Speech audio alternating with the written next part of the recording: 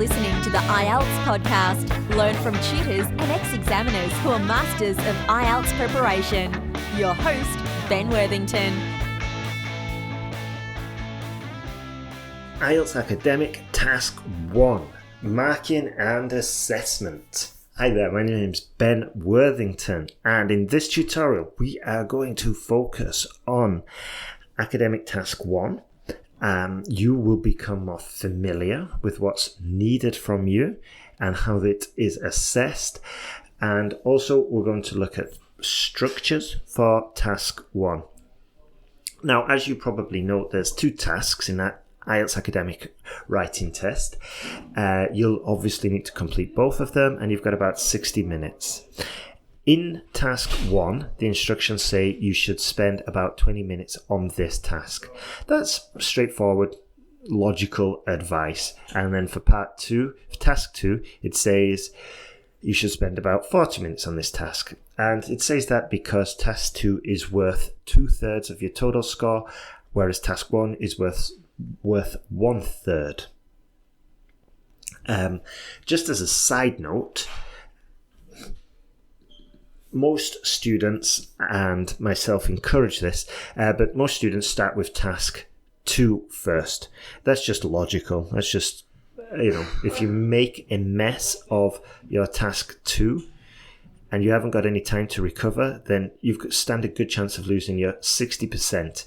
Whereas if you make a mess of task 1, then you've already got 60% of the points sort of like scored to the best of your ability in the bag, so to speak. You've got it done and it's out of the way, and you've got 20 minutes left now to focus on task 1. So even if you do mess it up, it's not going to be as severe as running out of time if you would have messed up task 2. Okay, so this is just another argument for taking the computer-based one, because if you do have those horrible train crashes, then with the computer-based one, it's much easier, quicker, cleaner to recover. Let's have a look at the instructions. So it'll say something like, summarize the information by selecting and reporting the main features and make comparisons where relevant. I want to repeat that because it really is important. Summarize the information.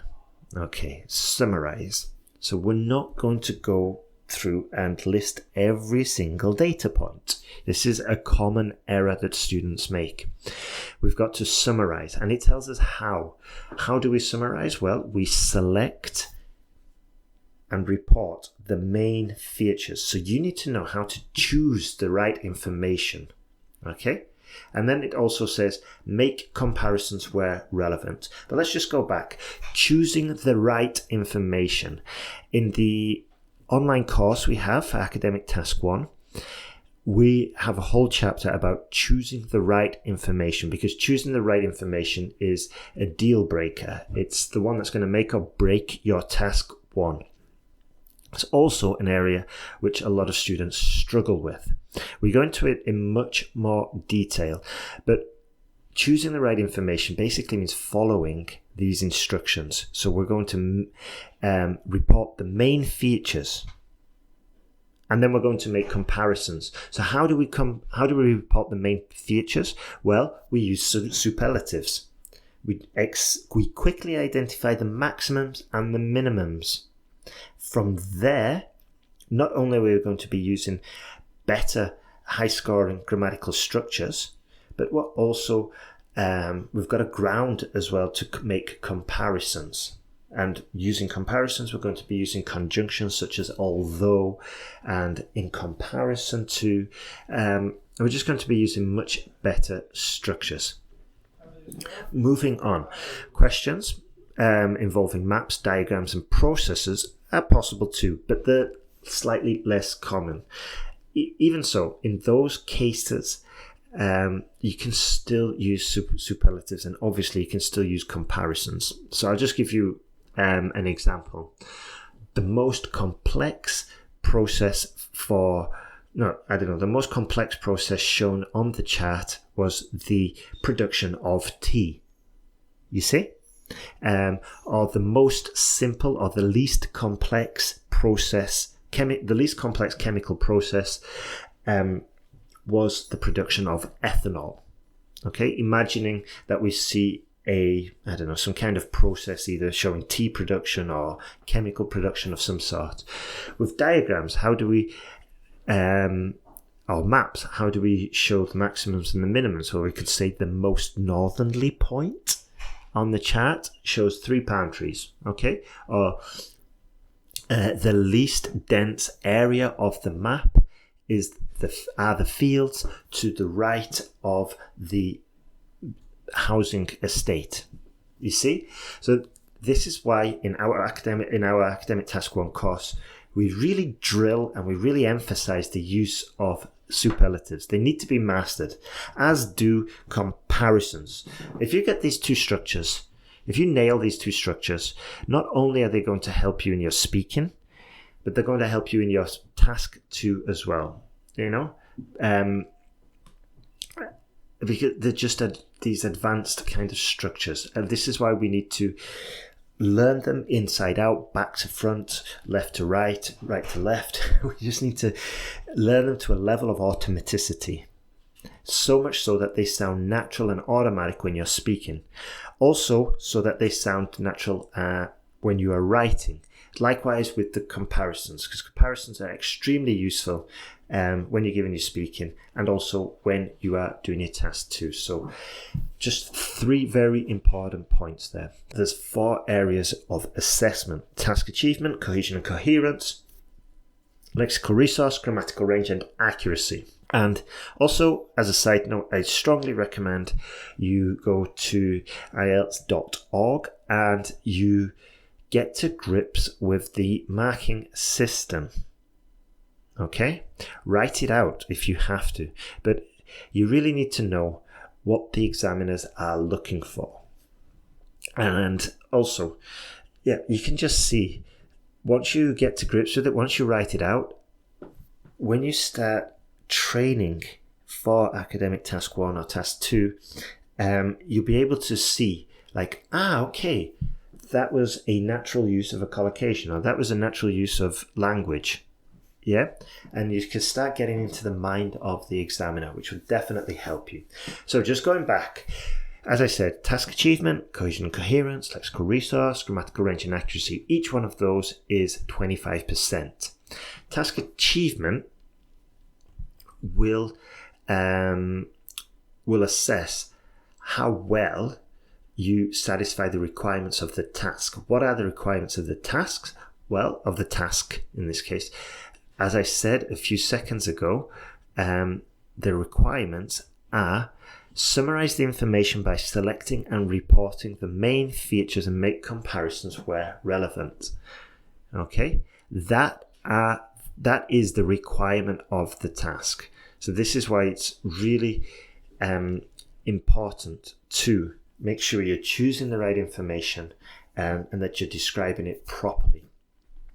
Now, just before we dive into the differences between achieving a band 6 and a band 7, let me just give you a little bit of advice from the course in how to choose or how to know which information to include. I'll give you 2 methods. Number 1 is squint your eyes and blur the graph so you just see a rough outline. If you do this, you're going to escape from the details. What a beautiful phrase, Ben. But you're going to escape from the details and you're just going to see an overview. You're going to see the maximum and the minimum. And you can sort of like say, okay, those are the points that I'm looking for. Also, ideally, you'll be able to see any pattern that's there. You might be able to see that, I don't know, the UK was leading France, or you might be able to see that rainfall was higher in Scotland than it was in Wales. You see? So there's that technique. If you're doing the paper-based, you can hold it up and you can push it away from your eyes, like from a fair distance, and you'll get a similar effect. Also, another way which we strongly encourage in the online course is to force yourself to use the superlatives and the comparisons. And I'll say that again, force yourself to use the superlatives, because not only are you going to pick up points for using advanced grammatical structures and good lexical resource, but you're also going to be fulfilling the task response of giving an overview or summarising. And when we're summarising, we want to be noting the maximums, the minimums, and superlatives will force you to do this. For example, the highest amount of wine production in the world came from France, and the country with the smallest amount of wine production is clearly Wales, for example. All right. Now then, let's move on to the key differences between achieving a 6 and a 7. Okay. So, as you know, we need to present a clear overview in order to be awarded a band 7. So it's definitely worth time in learning how to present an overview. Okay, and this goes back to what I was saying before, right? Just squinting your eyes. So you need to find out what technique is best for you. Maybe it's just sort of like having a first glance at it. Maybe it's squinting your eyes. Maybe it's just going to, I think it's called the Economist Data Unit. Yeah, or Economist Daily Chart. That's it. And there, every single day, there's a chart, and it's described exactly like IELTS Academic Task 1. Sometimes it's about oil production. Sometimes it's about corn production. Sometimes it's about, GDP of each country. But there, have a look at those daily charts and read them, copy them out word for word, pen and paper. In this case, I'm going to promote pen and paper because you get that extra element, like the kinesthetic element of touching it and writing it down. You get more senses involved in the process, which is good for learning. It's not good for tests, but it's good for learning. In the test, as you know, do the computer-based. Anyway, go to the Economist Daily Chart, identify their overview sentences, steal their overview sentences, and you'll be able to see good academic writing in the real world. Right then. Also, Band 7, if you're going for a Band 7, you need to be able to clearly present and highlight the key features, which is another reason why in our online course we are pushing, insisting, and even returning essays back when they send them in for correction, when they send them in for feedback. Sometimes we send them back and we just say, look, you haven't even included any superlatives. I'm not going to waste your time. Go back, rewrite it, and then I'll correct it. Might sound harsh, but this way students learn, okay? And also we don't waste an essay correction for them. So let's move on. As I mentioned before, it's important to know that there's no upper word limit. However, you've only got 20 minutes. So this is why it's important to go for quality rather than quantity. So, as you know, 20 minutes, that's a short amount of time. If you've got a structure to follow, it gets much easier. It goes back to what I've said in previous tutorials about muscle memory, about it becoming automatic. This is what we drill into the students for task 2.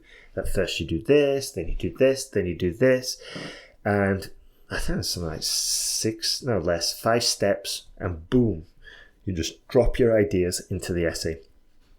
Anyway, I'm going off topic. So the second area of assessment is cohesion and coherence.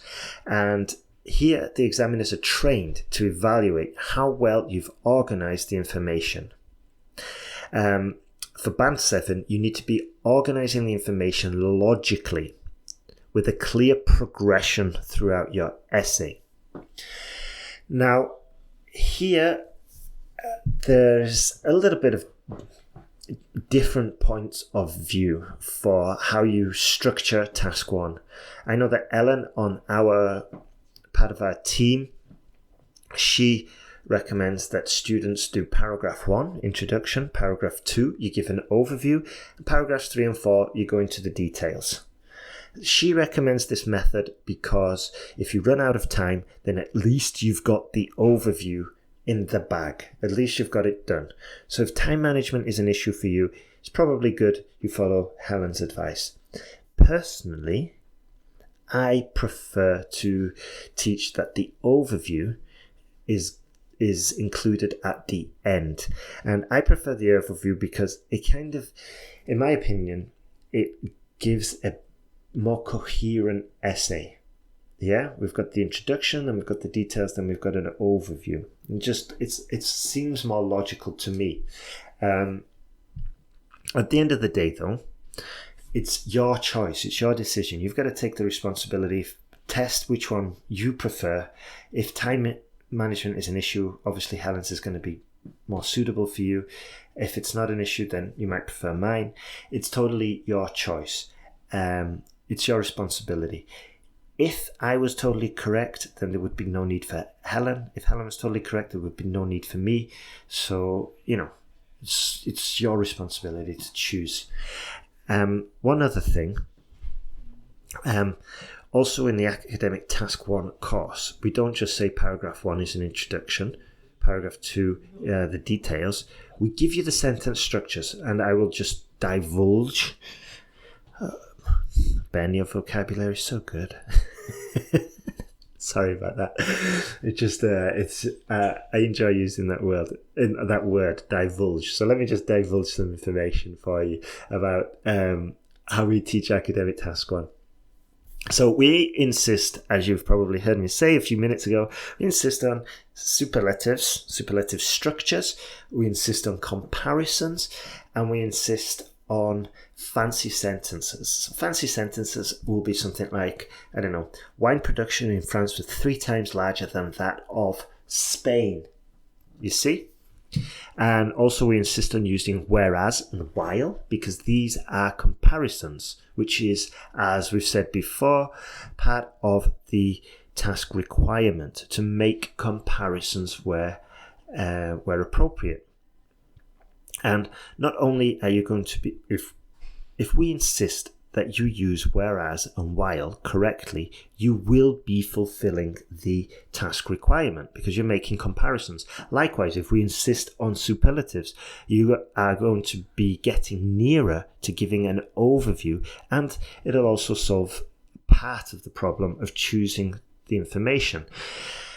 So this is why our Task 1 system is so robust, and this is why it gets results, because we insist on certain grammatical structures. Now, just as a side note, an important side note, those 2 structures that I just highlighted to you, superlatives and comparisons, it's definitely worth your time learning these inside out, back to front, left to right, right to left, north to south, south to north. You've just got to learn these, master them to a level of automaticity for 2 reasons. Number 1, if you learn them to a level of automaticity, and so it's just automatic, it's natural, it's going to make it much easier to use them, and it's going to free up mental resources so you can select the right information, so you can manage your time, so you can check for mistakes, so you can check for opportunities to upgrade your essay. So that's reason number 1. Reason number 2 why you should learn those 2 structures, because they're incredibly useful for Academic Task 2 or General Training Task 2, because it's superlatives. Grammatic will help you with your grammatical range and accuracy. It's the comparatives, comparative structures such as while, whereas, or in comparison to, and although those conjunctions for making comparisons will also be useful for task 2 writing, also boosting your grammatical range and accuracy. And furthermore, the icing on the cake is that once you learn these to such a thorough level, you can start using them in your speaking. Okay, you can start making the examiner sit up in her seat or his seat, start listening, because you are going to be using some higher level structures. For example, what kind of food do you like? Well, when I was younger, I used to eat a lot of Italian food, whereas nowadays I prefer Asian food. You see, it's just so simple to use these comparisons, and it just helps you so much, and it makes your writing or your speaking so much more interesting. And as I said a million times, we're going to be picking up points for grammatical range and accuracy.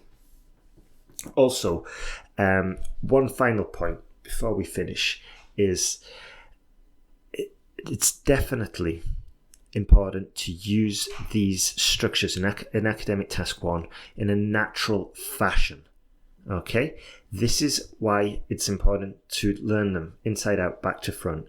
Not only are you going to be using them for other areas of your test, but you're also going to be using them if you learn them to such a high level, it'll start becoming natural, which will help you with your lexical resource score, not just in task 1, but in task 2 and in your speaking exam. Final point, when you're learning your vocabulary, when you're focusing on your vocabulary, don't just learn them in isolation. Try to learn them in context and with the relevant collocations around them. Don't have time to go into an example right now, but if you go to the IELTS vocabulary page, there we've got an introduction which links to lots of other different resources you can use so we go into detail about learning it in context. We go into detail about how to learn it in a thorough manner, how to memorize, and just sort of like habits and rituals and systems you can put in place to achieve your goals. Final point. Let's see. Yeah, I think the final thing that I want to say is that I'm just going to mention the computer-based test again, because with the computer-based test, you've got the opportunity to go back through your essay, not only correct it, which is what basic tutors tell you to do. Go back and correct it, pick up some more points. No, smart tutors at IELTSPodcast.com. Now, this is true though. A decent teacher will tell you to go back and upgrade it and look for opportunities to upgrade it and pick up even more points. So not only are you doing your error correction, but you're also improving your work. And that leads me to the next point, which is if you're keen on improving, if improving your work is good for you, the fastest way is to get feedback. A tutor can look at your essay and can tell you, this is wrong, that's not natural, that's a train crash, that's beautiful, that's amazing, but you need to work on your use of articles. Okay, our tutors can do this, and they love doing this, and this is why we've got native English speakers and ex-IELTS examiners correcting your work, because not only can they give you the feedback and give you information regarding natural use of language, but they can also give you insights into what the examiner will be thinking, which I think is invaluable. And then if you combine that with a thorough, solid program, a system for basically manufacturing, for outputting, for producing your task 2 and your task 1 essays. I'm not talking about paragraph 1, introduction, paragraph 2. No, I'm talking about detailed systems, detailed requirements that not only do we teach, but we insist you use, because they are known to get the high scores. They are known to deliver what the examiner wants. Okay, sorry if I got a bit excited there, but I do get passionate about this. I do enjoy getting results. I'm results driven. Anyway, that's enough from me. just one last thing regarding feedback. If you think feedback's something that you need, then send us an email, tell us what you're struggling with, and we can give you a special offer regarding feedback. Okay? But you need to send us an email, and you can get our email address once you sign up at IELTSPodcast.com. Second thing, if you know anybody who's struggling, tell them to get in contact as well. Send them our link, share our resources. You can help them too. You're not alone in this. You've got us. We can help you and your friends. Final thing, have a look at the IELTS Podcast Ben Worthington app. There you've got the full transcript, which will help you to improve your own vocabulary, especially when we do the essay commentary tasks, because you can be reading through, you can hear the correct pronunciation, you can associate the sounds to the words, and it's definitely better than just passively sitting there on YouTube, for example. At least there's a little bit more activity involved, which will, as you've heard me say earlier, which will definitely help you learn faster, the more resources that are involved, the more senses that are involved. Okay, so that is everything from me today. Let's keep on improving. Let's keep on moving. Keep your head up high. And just one last thing that I want to re-emphasize is that goals are important, but having systems in place, daily habits, daily systems that you're following will get you there faster. That's why we insist in systems in the online course. That's everything. So just one last thing. Keep moving. Keep your head up high. You will get there. You will only fail if you give up. And that's a very positive note that I want to finish on. You understand me. All right. Take care. All the best.